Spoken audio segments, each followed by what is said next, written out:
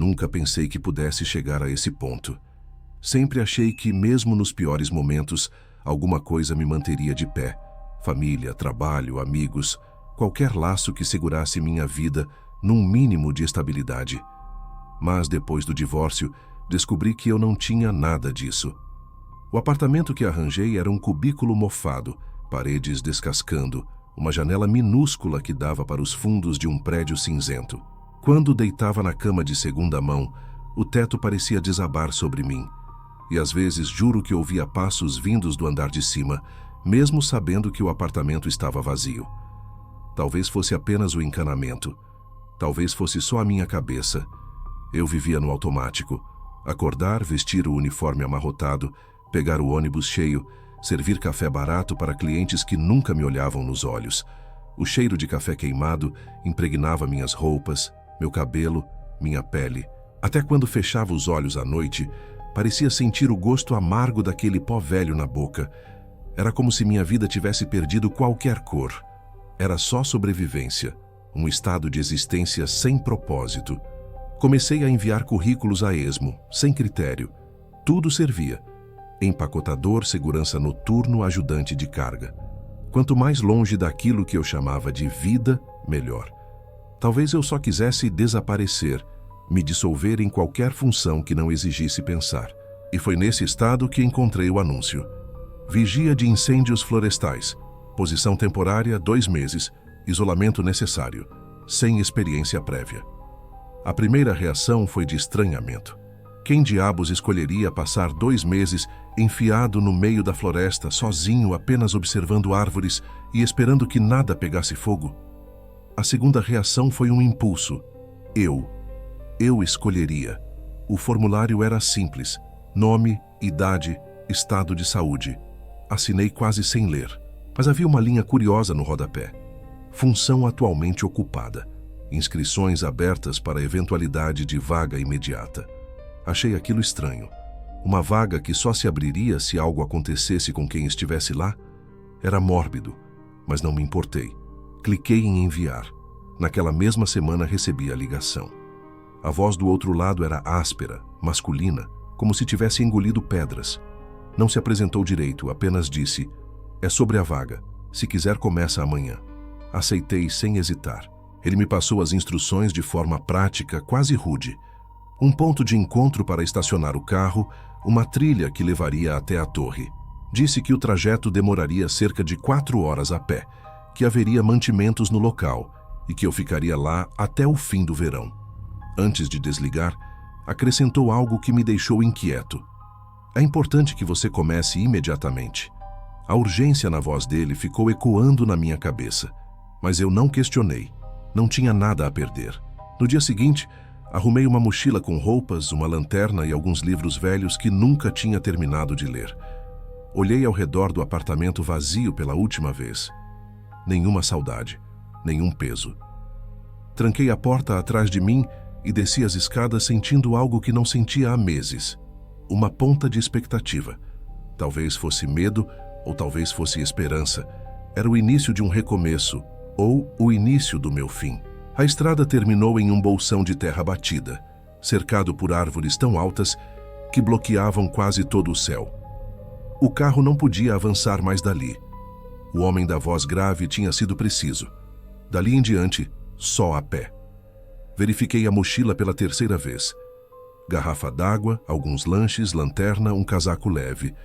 Não parecia suficiente para uma caminhada de 4 horas, mas confiei na promessa de que a torre estaria estocada com comida e suprimentos. A floresta me recebeu com um ar frio, estranho para uma manhã de verão.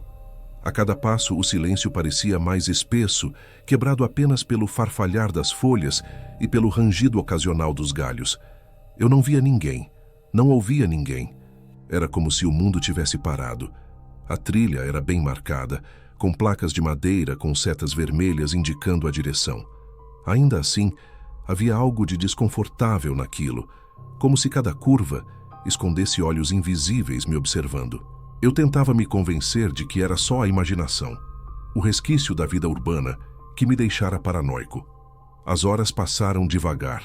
O sol mal atravessava a copa das árvores e eu tinha a impressão de estar preso em um corredor interminável de troncos escuros. O ar cheirava a resina, a terra úmida, e a cada respiração profunda eu sentia o gosto metálico da solidão. Quando finalmente a vi, meu corpo estremeceu. A torre erguia-se do nada, uma estrutura de ferro e madeira apoiada em 4 colunas altas, lembrando as pernas de um animal colossado. No topo, uma pequena cabana solitária, cercada por uma varanda estreita. A escada em espiral subia do chão até lá em cima, serpenteando como uma cobra metálica. De perto parecia ainda maior, mais imponente. 100 pés, talvez mais. Eu já me sentia cansado, apenas de olhar para aquilo. Deixei a mochila no chão e toquei o primeiro degrau. O ferro estava frio, quase gelado, mesmo sob o sol da tarde. O barulho dos meus passos ecoava pelo ar, amplificando a sensação de que eu estava subindo para algum lugar onde não deveria estar. A cada lance, a floresta se tornava menor, como se estivesse me engolindo por baixo. Quando cheguei ao topo, o vento soprou mais forte, fazendo a estrutura vibrar levemente. A cabana era simples, mas organizada. Uma cama de solteiro estreita com lençóis dobrados, uma mesa de madeira sobre a qual repousavam um mapa da região, um rádio enorme e alguns livros gastos, uma lanterna a óleo, binóculos, uma caixa de ferramentas e, ocupando as paredes, janelas de vidro por todos os lados. Era como estar preso em uma gaiola suspensa, com a floresta inteira ao meu redor. Nenhum canto onde se esconder, nenhuma sombra que não pudesse ser invadida pelo olhar da mata. Olhei pela janela mais próxima. O mar de árvores se estendia em todas as direções, sem um sinal de civilização. Era belo, sim, mas também assustador. Como se, ao menor descuido, aquela vastidão pudesse me engolir e nunca mais me devolver. Do lado de fora, notei 2 anexos no solo. Uma pequena casinha de madeira, provavelmente a latrina, e um galpão de metal baixo que devia guardar os mantimentos. Ambos estavam a poucos metros da base da torre, mas de cima pareciam mais distantes, como ilhas separadas pelo oceano verde da floresta. Peguei a mochila e entrei na cabana. O cheiro de madeira antiga e poeira me envolveu. Havia algo de reconfortante ali, mas também claustrofóbico. A ideia de passar 2 meses sozinho naquele cubículo começou a pesar de verdade. Sentei-me na cama e fiquei alguns minutos apenas ouvindo. O ranger da estrutura, o assobio do vento passando pelas frestas, o bater distante de alguma ave, e foi nesse silêncio que a consciência caiu sobre mim. Eu estava sozinho. Completamente sozinho. Era isso que eu tinha escolhido. Por um instante, senti uma estranha paz, mas junto dela um sussurro na mente que eu não conseguia calar. Se acontecer alguma coisa, quem vai ouvir você daqui de cima? A primeira noite na torre foi estranhamente calma. Eu não dormi bem, mas não foi por medo. Foi pela estranheza do lugar. O silêncio absoluto, cortado apenas pelo estalo da madeira e pelo vento, era quase mais perturbador do que qualquer barulho da cidade. De manhã, depois de um café ralo e frio feito em uma chaleira velha que encontrei no armário, decidi explorar melhor o que havia na cabana. Sobre a mesa, ao lado do rádio principal, encontrei um livro grosso, capa verde escura, com letras douradas já apagadas pelo tempo. O manual do vigia. Sentei-me na cadeira de madeira e comecei a folhear. O texto era burocrático, quase sufocante. Definições, protocolos, listas intermináveis sobre como observar focos de incêndio, como lidar com campistas ilegais, como manter relatórios diários. Era tudo óbvio e entediante. Foi quando algo caiu de dentro dele. Um papel amarelado, dobrado, escrito à mão em caneta azul. A caligrafia era irregular, quase desesperada, como se tivesse sido rabiscada com pressa. Abri e comecei a ler. Regras para evitar a mulher que sorri. 1. Se vir uma mulher na floresta com um sorriso largo demais, não fale com ela. Não se aproxime. Apenas volte para a torre. 2. Se o rádio tocar e a voz não for de sua torre vizinha, não atenda. 3. Se ouvir choro de mulher entre 1 e 4 horas da manhã, ignore. Não importa o quanto pareça real. 4. Durma sempre com a lâmpada acesa. Se ela piscar, corra e acenda a luz principal até o amanhecer. 5. Se ouvir passos subindo a escada à noite, acenda a luz principal imediatamente. 6. Se acordar e vir pela janela, sorrindo, esconda-se debaixo do cobertor. Não respire. Ela entrará. Espere passar. 7. Se ouvir arranhões na torre ou no depósito, desligue todos os rádios e esconda-se até cessarem. 8. Se encontrar uma fogueira ativa à noite e ouvir um grito, fuja. Não olhe para trás. 9. Se voltar e houver alguém dentro da sua torre, não suba. Corra até a torre mais próxima. Li 1, 2, 3 vezes. Minhas mãos suavam, apesar do frio. Mulher que sorri. O título parecia saído de uma piada de mau gosto ou de uma dessas lendas urbanas que adolescentes contam em volta da fogueira, mas havia algo errado naquele papel. Não parecia brincadeira, não parecia piada. As palavras carregavam desespero. Olhei ao redor da cabana. A cama simples, a lâmpada na mesa, o rádio. Tudo parecia de repente conectado às regras. Como se cada objeto tivesse um propósito oculto para lidar com algo que não devia existir. Por um instante, pensei em ligar o rádio e perguntar a Maddie, a vigia da torre vizinha que eu conhecera brevemente no dia anterior. Mas a regra 2 me fez hesitar. E se a própria voz dela não fosse real? Guardei o papel de volta no manual, mas não consegui parar de pensar nele. Cada linha parecia uma armadilha disfarçada de instrução. E mais perturbador ainda, havia um detalhe que me corroía. O autor não assinou. Não havia nome. Apenas aquelas 9 regras, como um testamento sem dono. Olhei para a janela, a floresta parecia tranquila, mas de repente não consegui mais vê-la como antes. Agora era um palco, e eu uma presa sendo preparada para um espetáculo que ainda não havia começado. A noite caiu rápido demais. A floresta engoliu a luz como se tivesse fome, e em poucos minutos, tudo ao redor da torre era apenas sombra. Tranquei a porta, acendi a pequena lâmpada da mesa e tentei me convencer de que estava seguro. O rádio chiava de tempos em tempos, um estático baixo que preenchia o silêncio. Mais cedo, Maddie tinha falado comigo pela frequência principal. A voz dela, clara e quase alegre, me confortou um pouco. Ei, novo vigia, está se adaptando bem aí? Ela perguntou. Acho que sim, respondi, mesmo não acreditando muito nisso. Qualquer coisa me chama. Estamos longe, mas não exatamente sozinhos, sabe?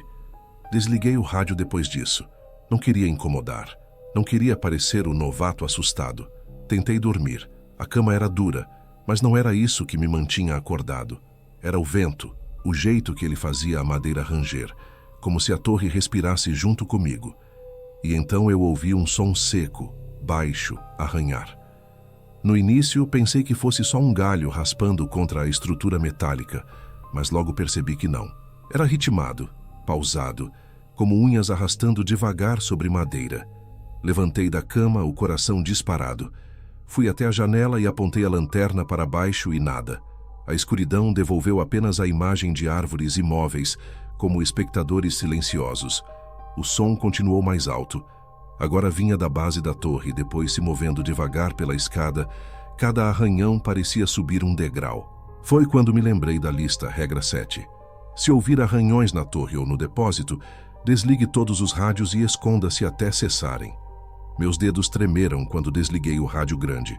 O chiado morreu e a torre mergulhou num silêncio sufocante. Corri de volta para a cama. Puxei as cobertas sobre a cabeça como uma criança apavorada e tentei controlar a respiração. Os arranhões ficaram mais lentos, mais próximos. Raspavam agora diretamente na porta da cabana. Senti cada fibra da madeira vibrar. Meu corpo inteiro pedia para levantar, para acender a luz principal, para olhar pela janela. Mas eu não consegui. A regra 7 parecia estar colada na minha mente, como uma ordem que não podia ser desobedecida.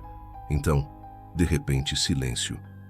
Fiquei imóvel por minutos intermináveis, até que o sono, pesado e irregular, me venceu. Quando acordei, já era manhã, o sol entrava pelas janelas, iluminando cada canto da cabana. Levantei devagar e fui até a porta. Nada, nenhum arranhão visível, nenhum sinal. Era como se a noite inteira tivesse sido apenas um sonho, mas eu sabia que não era, porque quando desliguei o rádio, deixei o portátil em cima da mesa e agora ele estava no chão, caído e aberto, como se alguém, ou algo, tivesse tentado usá-lo.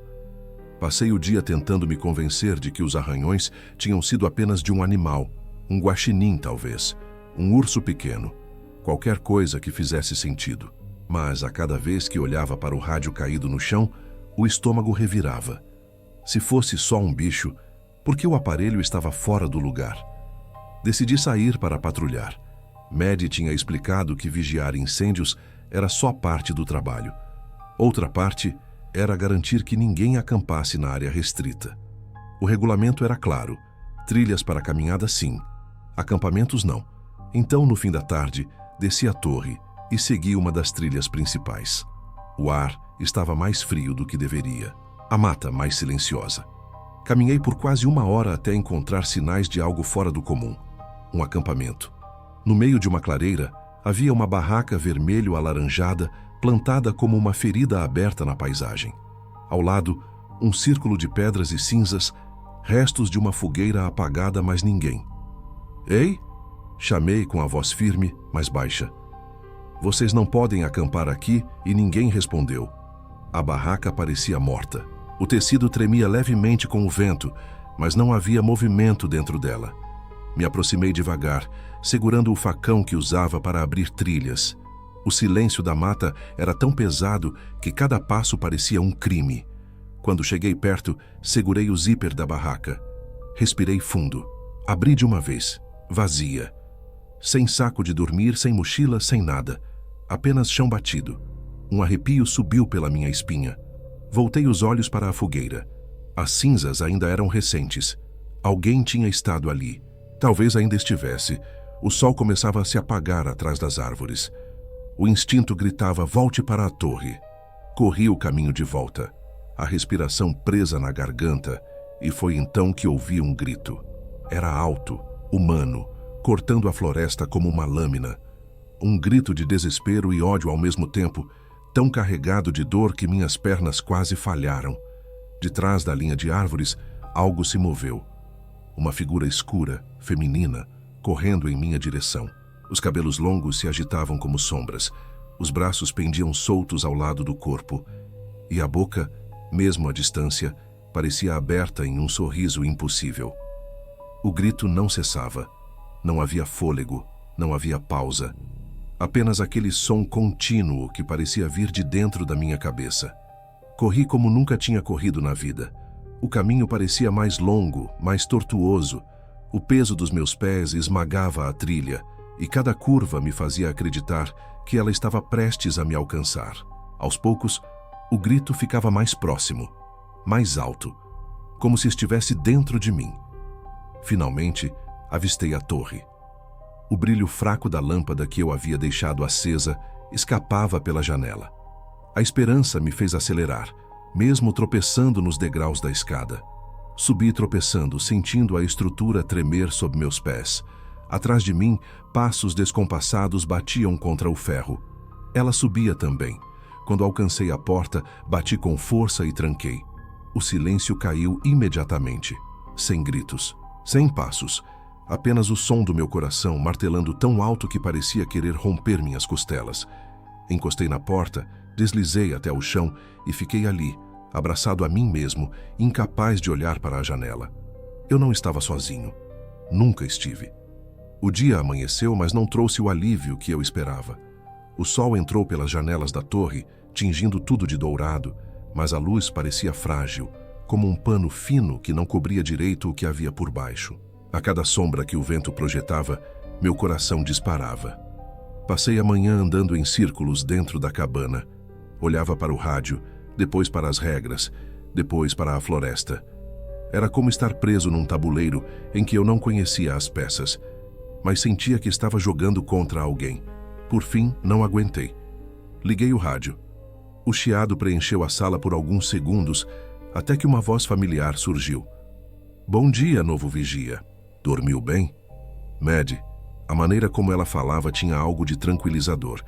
talvez porque era a única voz humana que eu ainda podia ouvir, mas ao mesmo tempo havia um tom escondido ali, algo que soava cansado, como se ela carregasse um peso que não queria compartilhar.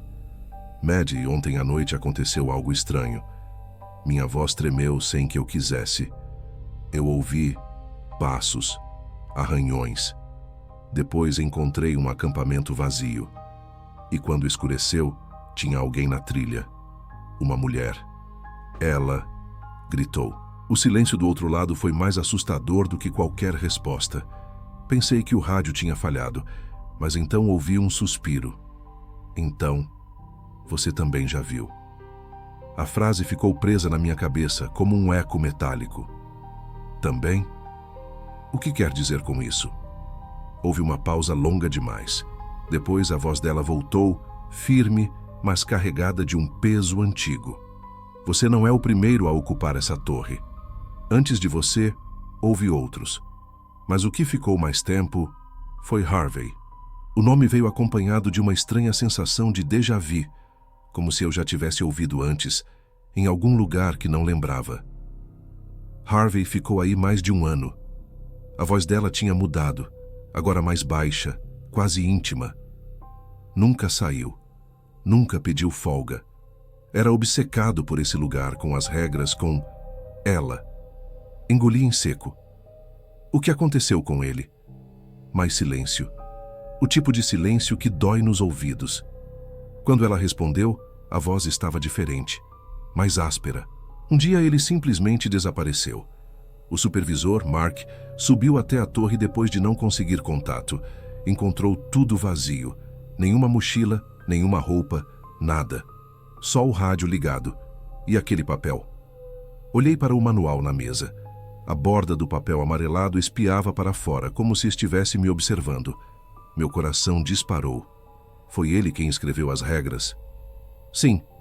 A resposta veio rápida demais, como se ela quisesse se livrar da pergunta. Harvey dizia que aquilo era a única forma de sobreviver. Senti a garganta secar. Me aproximei da janela, mas não consegui olhar muito tempo para a floresta. Era como encarar um abismo cheio de olhos invisíveis. Ele falava dela, da mulher. Maddie demorou a responder. Quando falou, parecia pesar cada palavra. Às vezes, mas nunca em detalhes.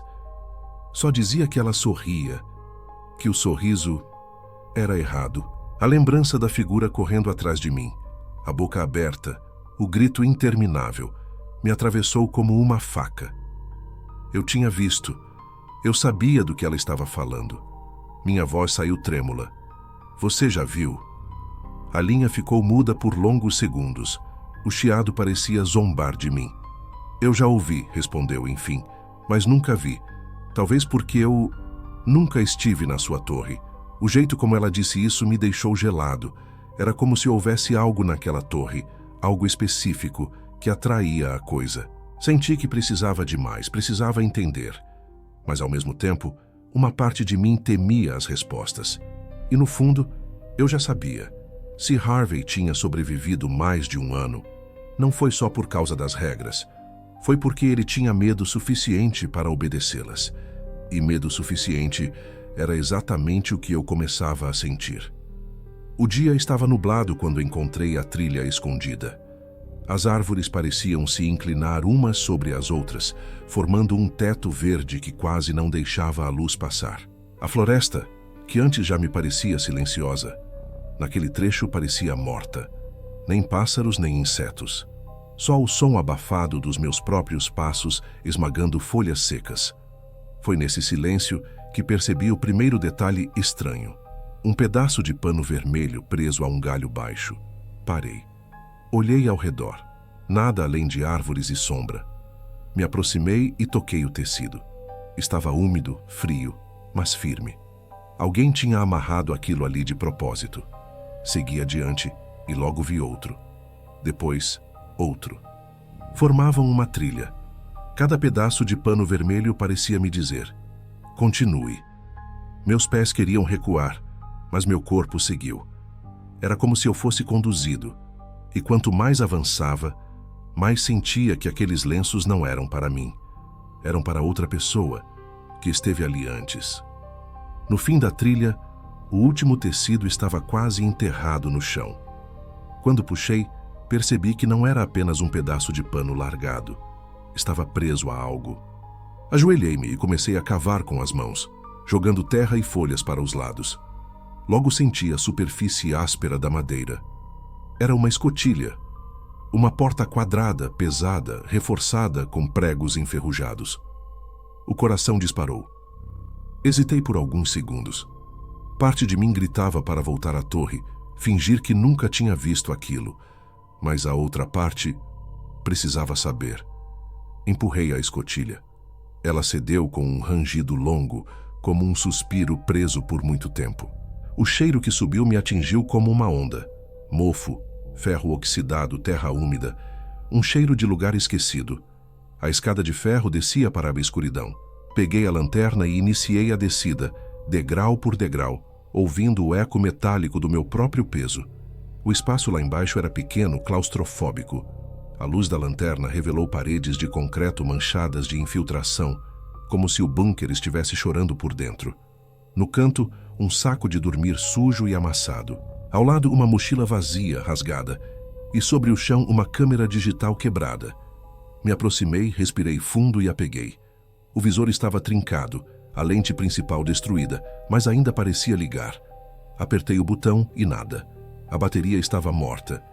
Mesmo assim, coloquei na mochila. De repente, senti que aquele objeto era mais valioso do que qualquer ferramenta, como se guardasse a prova de algo. Olhei novamente para o espaço ao redor. Não havia muito mais.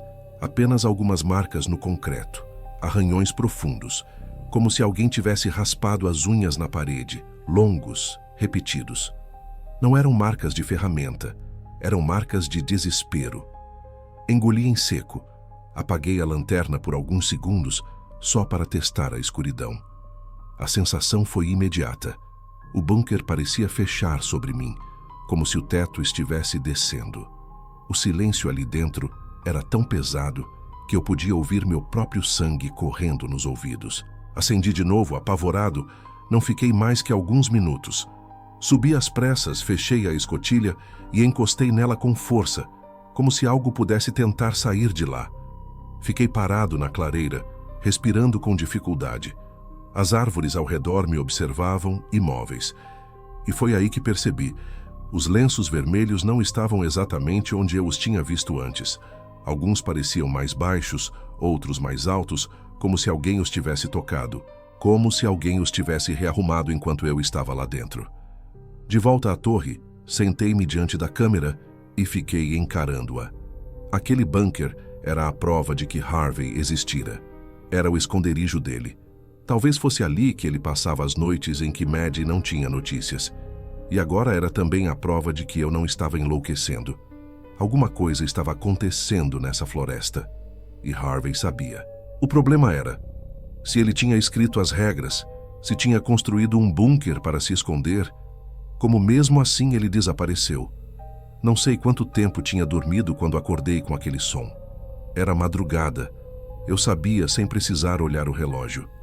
A torre estava mergulhada no silêncio, apenas o estalar distante da madeira e o assobio fraco do vento pelas frestas. E então ouvi de novo.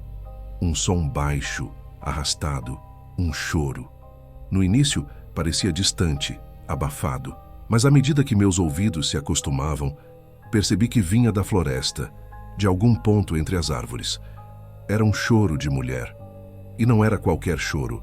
Era carregado de desespero, soluços entrecortados por gemidos longos, como se o peito dela se quebrasse a cada respiração. Um som tão humano, tão real, que cada célula do meu corpo dizia que eu não podia ignorar. Mas então, a regra me atravessou como uma lâmina. Se ouvir choro de mulher entre 1 e 4 horas da manhã, ignore. Fechei os olhos com força. Puxei o cobertor sobre a cabeça. Tentei me convencer de que não era nada, de que aquilo não estava acontecendo. Mas quanto mais tentava ignorar, mais alto parecia ficar. Era como se a floresta inteira amplificasse aquele lamento. Minutos se passaram, ou talvez fossem segundos, até que eu não aguentei mais.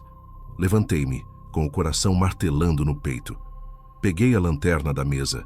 A luz vacilou ao ser acesa, fraca demais para me dar segurança. Cada passo até a porta parecia ecoar como um trovão. Meus dedos tremiam tanto que quase não consegui girar a chave. Desci a escada devagar, tentando não fazer barulho. A cada degrau, o choro parecia mudar de lugar. Ora vinha da esquerda, ora da direita, ora parecia estar exatamente debaixo de mim. Quando cheguei ao chão, o vento soprou frio demais para aquela época do ano. A temperatura tinha despencado em questão de minutos. A cada respiração, um vapor branco escapava da minha boca. Segui o som, deixando a trilha para trás. A lanterna iluminava apenas alguns metros à frente, mas o suficiente para ver a mata se fechar ao meu redor. Galhos estalavam sob meus pés, folhas úmidas grudavam na sola das botas. E o choro não parava. Foi então que a vi, sentada aos pés de uma árvore grossa, encostada no tronco como se tivesse desabado de exaustão. Seus ombros tremiam. As mãos cobriam o rosto. A princípio, parecia apenas uma mulher perdida. Mas havia algo errado, muito errado. Seus braços estavam dobrados em ângulos impossíveis, como se estivessem quebrados em vários pontos. Mesmo assim, ela os movia, os pressionava contra o rosto, soluçando de forma quase teatral. Dei um passo para trás, e foi nesse instante que o choro cessou. O silêncio da floresta foi ensurdecedor. Ela ficou imóvel por alguns segundos, como uma estátua. Então, devagar, afastou as mãos do rosto. Quando levantou a cabeça, senti meu corpo inteiro congelar. Os olhos eram fundos demais, esbranquiçados como vidro quebrado e, ao mesmo tempo, escuros como cavernas sem fim. E o sorriso... Meu Deus, o sorriso. Não era humano. Era largo demais, atravessando o rosto de um lado ao outro, abrindo a carne até parecer que a pele iria rasgar. Os dentes afiados e numerosos refletiam a luz da minha lanterna como lâminas. Eu quis correr, eu quis gritar, mas meu corpo não respondeu. Ela moveu a cabeça de lado, com um estalo seco, como se o pescoço tivesse se partido, e então começou a se arrastar em minha direção. Não correu como alguém normal. Ela usava os braços quebrados como alavancas, os ossos estalando a cada movimento, enquanto o corpo se dobrava em ângulos que não deveriam existir. O sorriso nunca se desfazia. Nunca. Foi o suficiente para quebrar meu transe. Corri de volta para a torre, tropeçando nas raízes, batendo contra galhos, o feixe da lanterna balançando de forma descontrolada. Atrás de mim, eu podia ouvir os ossos dela rangendo no escuro, cada vez mais próximos.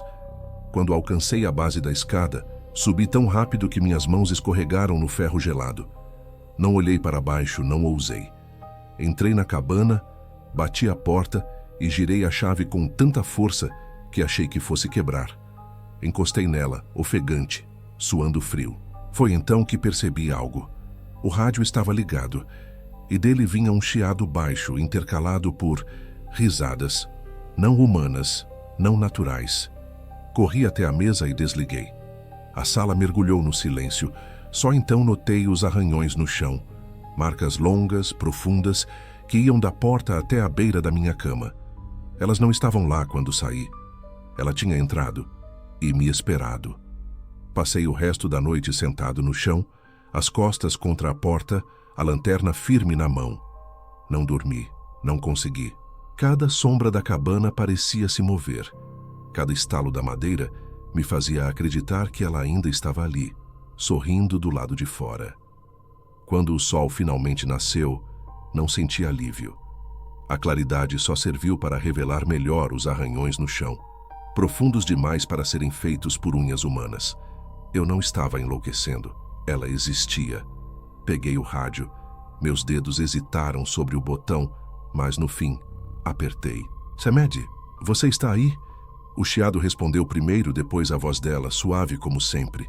Estou. Você parece acabado. O que houve? Contei tudo. O choro na floresta, a mulher com os braços quebrados, o sorriso impossível, o jeito como ela me perseguiu até a torre. Esperei que Maddie risse, que dissesse que eu estava delirando. Mas ela ficou em silêncio.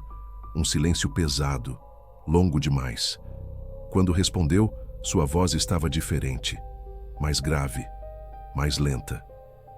Então, você a viu. Meu coração gelou. Você já sabia. Minha voz saiu mais como uma acusação do que como uma pergunta. Ela suspirou no rádio, um som baixo e trêmulo, como quem carrega um peso antigo demais para dividir. Não queria que você chegasse a esse ponto. Eu tentei, mas sempre acontece. As palavras dela me deixaram tonto. Segurei o aparelho com força, como se pudesse arrancar a verdade dele. O que é ela, Maddie? Quem é? Dessa vez, ela demorou tanto que achei que tivesse desligado. Mas enfim respondeu. Ela era minha irmã. Senti o chão sumir sob meus pés. Sua irmã? Sim. A voz dela soava como um sussurro carregado de dor. Nós crescemos aqui perto. Um dia, viemos caminhar juntas na floresta. Foi meu erro. Eu a empurrei. Meu corpo inteiro ficou gelado. Você a empurrou? Eu não queria. A voz dela quebrou, mas não havia lágrimas, apenas culpa crua. Estávamos brigando, eu estava com raiva. Ela caiu no desfiladeiro. Quando a encontrei, ela estava quebrada, mas ainda estava sorrindo. As palavras me atingiram como facadas. Aquela criatura, aquela coisa que sorria na floresta, ela era o que restava da irmã de Maddie. E agora? Perguntei com a garganta seca. O que ela quer? A resposta veio quase inaudível, mas clara o bastante para me fazer estremecer. Ela só quer que você sorria também. O rádio chiou. Por um instante, pensei ter ouvido uma risada atrás da voz de Maddie. Baixa, fina, arranhada. Mas não era dela. Não podia ser. Joguei o rádio sobre a mesa e recuei, encostando-me à parede. Meu corpo tremia inteiro, porque no fundo, eu sabia que aquilo não era apenas uma história. Maddie não estava apenas confessando. Ela estava preparando o terreno. E a pergunta que começou a me corroer foi: de que lado Maddie estava agora? Do meu ou do dela? Eu não conseguia mais pensar em outra coisa. As palavras de Maddie ecoavam em minha mente, corroendo qualquer chance de descanso. Ela só quer que você sorria também. O que isso significava? Era apenas metáfora ou um destino inevitável? Passei o dia inquieto revirando cada canto da torre. E foi ali, embaixo da cama estreita, que encontrei algo escondido. Uma pequena caixa de madeira, com o nome Harvey gravado na tampa. Dentro não havia muito. Um fósforo gasto, um pedaço de tecido queimado e uma folha dobrada. O papel estava manchado de umidade, mas a caligrafia era a mesma das regras. Uma 10ª regra. 10. Queime o corpo dela, ou ela o seguirá para sempre. Meu sangue gelou. Então era isso. Era por isso que Harvey construiu o bunker, por isso deixou instruções tão específicas. Ele sabia que a coisa não era apenas um fantasma. Havia um corpo que precisava ser destruído. Mas onde? Foi então que pela primeira vez uma voz diferente surgiu no rádio. Não era Maddie, era uma voz jovem, feminina, tremendo como a minha própria quando cheguei à torre. Você precisa queimar, eu sei onde ela está. Parei, os pelos da nuca em pé. Quem é você, né? Perguntei. Sam, a voz respondeu. Filha de Mark. Eu vi onde ele a deixou. Eu posso te mostrar. A princípio, pensei em ignorar. Podia ser um truque, mais uma armadilha. Mas a 10ª regra queimava na minha mente, e cada segundo naquela torre parecia trazer mais arranhões, mais sombras, mais sussurros. Aceitei. Segui pela trilha marcada pelos lenços vermelhos. Dessa vez parecia que eles brilhavam sob a luz fraca da lua, como se me guiassem de propósito. Sam caminhava à frente, sempre um passo rápido demais, quase sem olhar para trás. Foi aqui, disse ela, parando diante de uma abertura no chão. Uma caverna estreita, a boca negra como uma ferida. A respiração dela saía trêmula. Está lá dentro. Entrei, a lanterna tremendo em minhas mãos. O cheiro foi a primeira coisa a me atingir. Não era apenas mofo e umidade. Era algo podre, doce demais, como carne esquecida por anos. No fundo vi o corpo ou o que restava dele. Braços e pernas tortos, pele esticada em fios ressecados. E no rosto, o mesmo sorriso, amplo, grotesco, congelado no tempo. Minhas mãos tremiam ao abrir o galão de querosene. A chama da lamparina parecia frágil, mas era a única esperança. Eu precisava acabar com aquilo. Precisava. Foi então que ouvi atrás de mim o som de ossos quebrando, estalos secos, repetidos como galhos sendo arrancados. Sam, chamei sem coragem de virar. O silêncio respondeu primeiro. Depois, uma risada fina, arrastada. Quando virei, a luz da lanterna revelou o impossível. Os braços dela estavam quebrando, dobrando-se em ângulos irreais. A boca se abria devagar, os cantos do rosto rasgando até formar o mesmo sorriso impossível. Os olhos, antes humanos, agora eram poços escuros, profundos. Era ela. Sempre tinha sido ela. Deixei cair a lamparina e as chamas se espalharam rápido, lambendo as paredes da caverna. O corpo seco começou a pegar fogo, estalando como madeira velha, e atrás de mim, o riso dela ecoava, cada vez mais alto, cada vez mais perto. Tapei os ouvidos, fechei os olhos, desejei desaparecer. O calor aumentava, o ar ficava denso demais para respirar. E então, silêncio. Quando abri os olhos, tudo era escuridão. Não sabia se o fogo tinha se apagado, se eu tinha desmaiado ou se estava preso em algum lugar entre a vida e o outro lado. A única coisa que restava era o eco da voz dela, sussurrando dentro de mim. Agora, sorria. E assim termina essa sinistra história. Me conta se curtiu nos comentários. Um abraço assombrado a todos meus ouvintes do Vazio e até a próxima história.